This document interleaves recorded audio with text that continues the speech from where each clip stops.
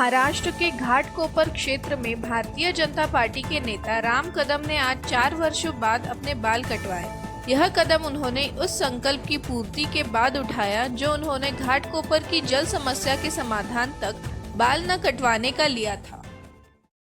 वास्तविक आज या ठिकाणी केस काढण्याचं कारण एवढंच आहे, मला लहानपणापासून जे काही करेन ते भव्य दिव्य करेन अशा प्रकारचा माझा एक स्वभाव आहे। त्यामुळे मी यावेळेस घाटकोपरमध्ये पहिल्यांदा तेव्हा म्हटलं की ही भारतातली सगळ्यात मोठी दहीहंडी असेल आणि त्यावेळेस फक्त वरळीला आणि ठाण्याला दहीहंडी लागायची कुठेच आहे। आणि घाटकोपरला 2009ला आम्ही अशी दहीहंडी केली की त्या दहीहंडीच्या नंतर पूर्ण महाराष्ट्रात नाही तर देशभरात गावागावात लोक आपल्या घाटकोपरची दहीहंडी बघून दहीहंडी करायला लागले। खरं आहे का खोटं आहे?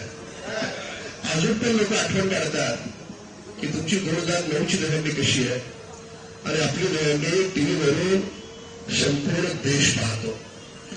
जेव्हा 2009ला आपण यात्रा काढायला सुरुवात केली तेव्हा महाराष्ट्रात कुठेच यात्रा काढत नव्हतं। पहिली यात्रा आपल्या घाटकोपरहून निघाली।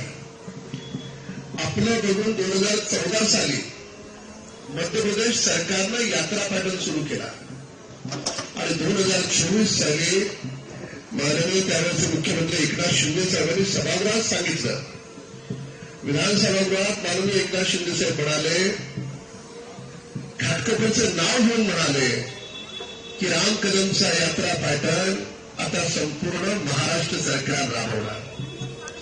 सगळ्यात पहिल्यांदा शाळेची मुलं विधानसभागृहात द्यायची सुरुवात तर मी केली, म्हणजे आपण घाटकोपरवासियांनी केली।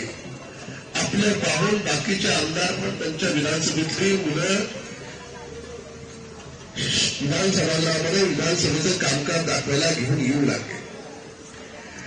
मी ज्यावेळेस विचार केला की माझ्या घाटकोपरमध्ये मी पाण्यासाठी असं काहीतरी काम केलं पाहिजे की 50 वर्षाच्या नंतर सुद्धा लोक म्हटली पाहिजेत कि राम कदम नाम का कोई आदमी था, उसने ऐसा प्लानिंग किया कि 50 साल के बाद भी घाटकोपर को पानी की कमी नहीं है।